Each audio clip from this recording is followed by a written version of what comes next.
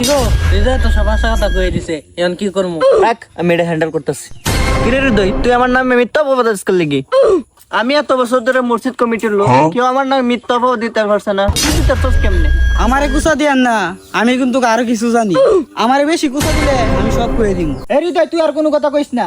আর অন্যরা তিনজনে মিললে যে মসজিদের জিলাপি গুলা রসগোল্লা গুলা নয় সই করে এ বেটা তুই থাম, তুই আমার কথা শুন। অন্যরা আর আমার জীবনে তোমায় দেখতেন না। অন্যরা যে আমার হক মারা গাইছুন, এটা আমি এলাকার লোকেরা কই যেতাম না নি। তুই তো বেটা আগে একটা করে পাইতে, অনেক একটা করে হইতি না। মাইস ভাই কেমনে অন্যরা তিনজনই তো সবগুলা গায়ে আইনার আমার জুতা মারছেন না, এর প্রতিশোধ লয়ে ছাড়বাম। ভাই এটা সুন্দর একটা সমাধান করে দেন, পরে কিন্তু জামিনত পেরে যাবো। এলাকার মানুষে যদি জানে আমরা মিষ্টি নয় সই করি, তাহলে আমরা মসজিদ কমিটিতে বাইর করে দিব। ভাই আপনি কি আসলে দুই প্যাকেট রসগোল্লা নয়সই করছেন? আপনারা তো রসগোল্লা দিলেন 2 গা করে, আর বাকিগুলা কো? ভাই তো এক প্লেট নিছি, তোরা দিছি না। আপাতত এই কথা বাদ দে, একটা সমাধান দে। এ হৃদয়, এ শিমল, যা এবার হইছে তোর একটা সমাধান দি।